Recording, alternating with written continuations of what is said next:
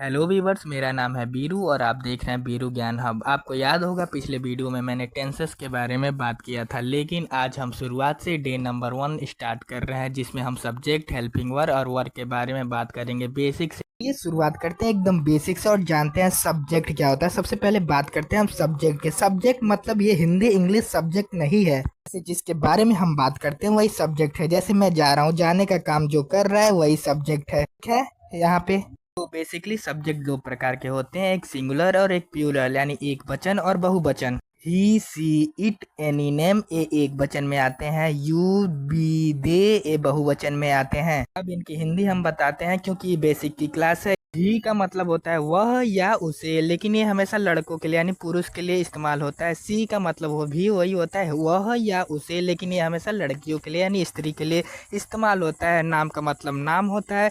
It का मतलब यह, इसका इस्तेमाल हम बाद में देखेंगे लगभग 3-4 दिन बाद। आई का मतलब मैं होता है या मुझे, लेकिन अंग्रेज ससुरे इसे प्लूरल मानते हैं।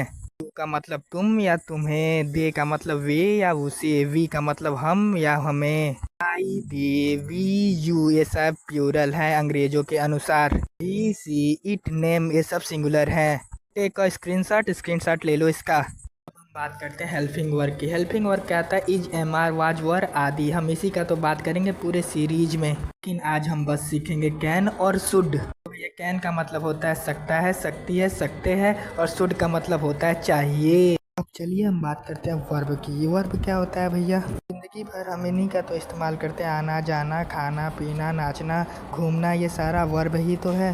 इन्हीं का इस्तेमाल हम अलग अलग तरीकों से अलग अलग जगह पे करते हैं, ठीक है। यहाँ तक समझ। देखो, अब आप कोई भी सेंटेंस बना रहे हो, सबसे पहले सब्जेक्ट लिखना है, फिर हेल्पिंग वर्ब, फिर वर्ब। ऑब्जेक्ट भी होता है लेकिन उसे हम बाद में देखेंगे। आइए कुछ एग्जाम्पल से समझते हैं। चलिए, तब यहाँ पे देखिए, मैं जा सकता हूँ लिखा है एक सेंटेंस। अरे भैया कहाँ जाना है वो हम बाद में देखेंगे, पहले सेंटेंस बनाते हैं। मैं जा सकता हूँ, तो इसे फॉर्मूले में सेट कीजिए। चलिए, तो मैं की इंग्लिश होती है आई, और सकता हूँ के लिए लगेगा कैन, और जाना का हो जाएगा गो। तो सेंटेंस क्या बनेगा, आई कैन गो। चलिए अब हम आगे देखते हैं कुछ और। यहाँ से ही यहाँ पे कुछ सेंटेंसेस दिख रहे होंगे, आप इनका प्रैक्टिस करो और प्रैक्टिस करके कमेंट बॉक्स में इनका आंसर लिख देना, मैं लाइक करके चेक कर दूंगा। और सेकंड पार्ट के लिए बीरू ज्ञान हब चैनल से जुड़े रहें और सब्सक्राइब करें हमारे चैनल को। Thanks for watching.